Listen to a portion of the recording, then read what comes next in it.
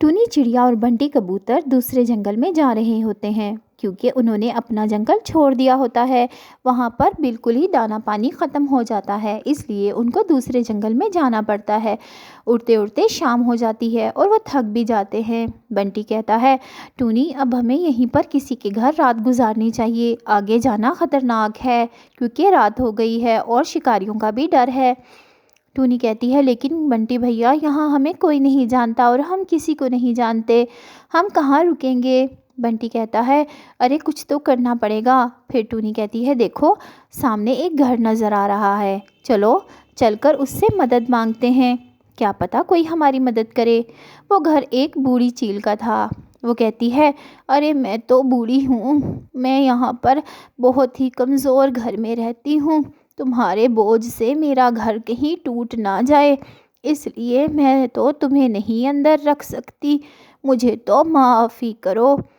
Tony اور بنٹی اس کی بہت منت کرتے ہیں کہ ایک رات ہمیں یہاں گزار لینے دو، لیکن وہ بوڑھی چیل نہیں مانتی۔ اس کو ڈر تھا کہ اس کا گھر کمزور ہے، ان دونوں کے آ جانے سے کہیں وہ گر نہ جائے اور وہ اس سے ہاتھ دھو بیٹھے، اس لیے وہ ان کی کوئی بات نہیں سن رہی ہوتی۔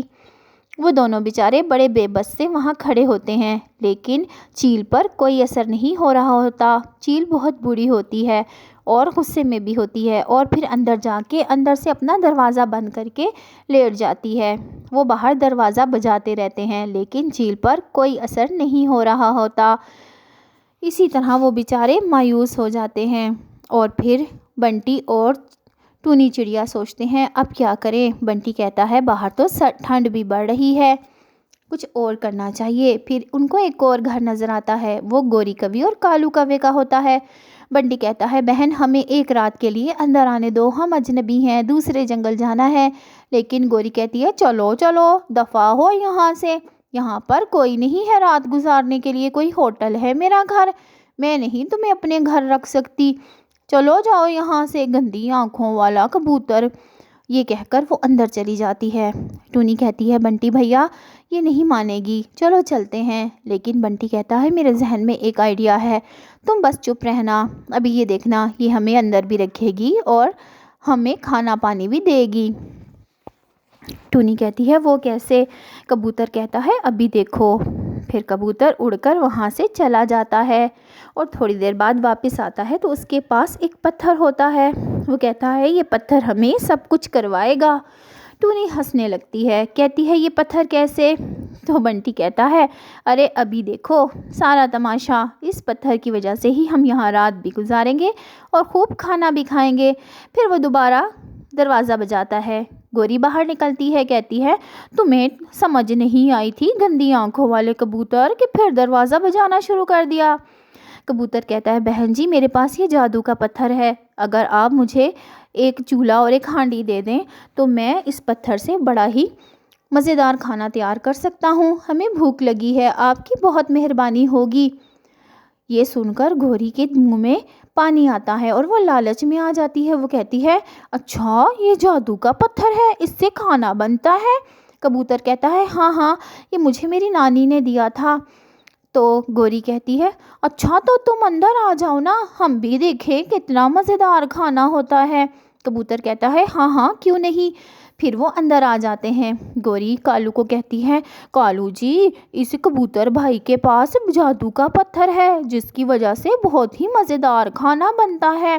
کالو بھی لالچ میں آتا ہے۔ پھر گوری ایک چولہا اور ایک دیچکی اس کو دیتی ہے۔ وہ پتھر کبوتر اس میں ڈال دیتا ہے اور کہتا ہے، اس میں تھوڑا پانی ڈال دیں۔ گوری اس میں پانی ڈال دیتی ہے اور انتظار کرنے لگتی ہے۔ کچھ دیر بعد کبوتر کہتا ہے، گوری بہن اگر آپ اس میں تھوڑا سا نمک ڈال دیں تو کھانا اور اچھا بنے گا۔ گوری کہتی ہے، ہاں ہاں کیوں نہیں، میرے پاس تو نمک پڑا ہے، میں ابھی ڈال دیتی ہوں، اس میں کون سی بڑی بات ہے، پانی بھی ڈال دیا ہے اور نمک بھی ڈال دیں گے، لیکن پہلے آپ یہ تو بتاؤ کھانا بنے گا کب تک؟ کبوتر کہتا ہے، بس تھوڑا سا ٹائم لگتا ہے۔ پھر گوری اس میں نمک ڈال دیتی ہے۔ نمک ڈالنے کے بعد پھر تھوڑی دیر سب انتظار کرتے ہیں۔ کالو اور گوری کو بے صبری سے انتظار ہوتا ہے، صدا کے لالچی ہوتے ہیں۔ پھر ٹونی کہتی ہے، کالو بھیا اس میں تھوڑی مرچی تو ڈالیں۔ پھر گوری لا کر مرچیں بھی ڈال دیتی ہے اور انتظار کرنے لگتے ہیں۔ کالو کہتا ہے اس سے تو میری نانی نے اتنا اچھا ایک بار کھانا بنایا تھا کہ میرے نانا نے ان کو انعام میں سونے کے جھمکے دیے۔ گوری کہتی ہے دیکھا کالو جی، اس سے جو کھانا بنے گا اس سے ان کے نانا نے سونے کے جھمکے دیے۔ پھر کالو کہتا ہے اچھا۔ پھر کبوتر کہتا ہے اس میں تھوڑی اگر چنے کی دال ڈال جائے تو سونے پہ سہاگا ہوگا۔ گوری لا کر چنے کی دال بھی ڈال دیتی ہے۔ پھر سب تھوڑی دیر انتظار کرتے ہیں۔ گوری کہتی ہے ابو اور کتنی دیر ہے کبوتر بھیا؟ کبوتر کہتا ہے بس اب تو بننے ہی والا ہے۔ کالو کہتا ہے گوری آج ہم یہ کھا لیتے ہیں، وہ جو کل مچھلی سکائی تھی وہ کل کے لیے رکھ دیتے ہیں۔ کالو یہ باتیں سرگوشی میں کر رہا ہوتا ہے لیکن کبوتر اور ٹونی سن لیتے ہیں۔ کبوتر کہتا ہے اگر اس میں تھوڑی سی خشک مچھلی بھی ڈال دی جائے تو بہت ہی مزیدار بنتا ہے۔ کالو اور لالچ میں آ جاتا ہے اور کہتا ہے گوری ڈال دو ایک مچھلی اس میں۔ گوری خشک مچھلی بھی لا کر اس میں ڈال دیتی ہے۔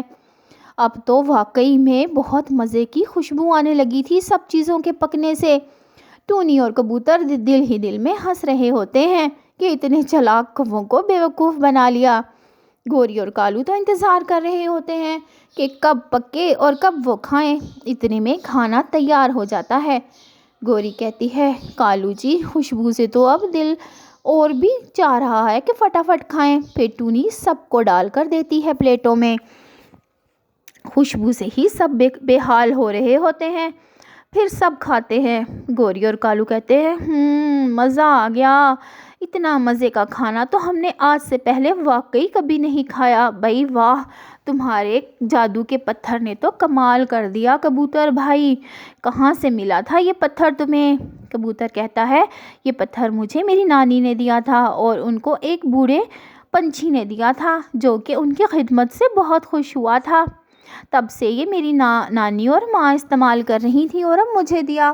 پھر صبح کو وہ جانے لگتے ہیں تو کبوتر کہتا ہے گوری بہن یہ میں تمہیں تحفے میں دے کر جا رہا ہوں یہ جادو کا پتھر، اس سے مزے مزے کے کھانے بنا کر کھانا اور جیسے بتایا ہے ویسے ہی بنانا۔ گوری تو خوشی سے بے حال ہو جاتی ہے، کہتی ہے میرے بھائی کبوتر جب بھی آنا میرے گھر میں رکنا، دیکھا کالو جی میرا بھائی کتنا اچھا ہے، مجھے جادو کا پتھر دے دیا، اب تو میں اس سے مزے مزے کے کھانے بناؤں گی۔ ٹونی کہتی ہے گوری بہن ریسیپی تو یاد ہے نا؟ گوری کہتی ہے ہاں ہاں بالکل یاد ہے، جیسے رات کو کبوتر بھائی نے بنائی ہے نا، بالکل میرے دماغ میں موجود ہے، ایسے ہی بناؤں گی۔ پھر گوری تو پتھر لے کر بہت خوش ہوتی ہے اور بنٹی اور ٹونی آگے بڑھ جاتے ہیں۔ گوری اور کالو تو بہت خوش ہو رہے ہوتے ہیں وہ پتھر لے کر۔ آگے جا کے بنٹی ایک اور پتھر اٹھا لیتا ہے۔ ٹونی کہتی ہے بنٹی بھیا اب یہ کس لیے اٹھایا ہے؟ تو بنٹی کہتا ہے ارے اگر آگے پھر کوئی اسی طرح کا کالو اور گوری کا جوڑا مل گیا تو کیا ہوگا، پھر بھی تو اسی پتھر کی ضرورت پڑے گی۔ یہ سن کر ٹونی ہنسنے لگتی ہے اور بنٹی بھی ہنسنے لگتا ہے۔ واقعی عقل بڑی چیز ہے، عقل کی وجہ سے ہم بہت بہت بڑے مسئلے حل کر لیتے ہیں۔ پیارے بچوں کہانی اچھی لگی تو جلدی سے لائک کر دیں اور ہمارے چینل کو سبسکرائب بھی کر لیں۔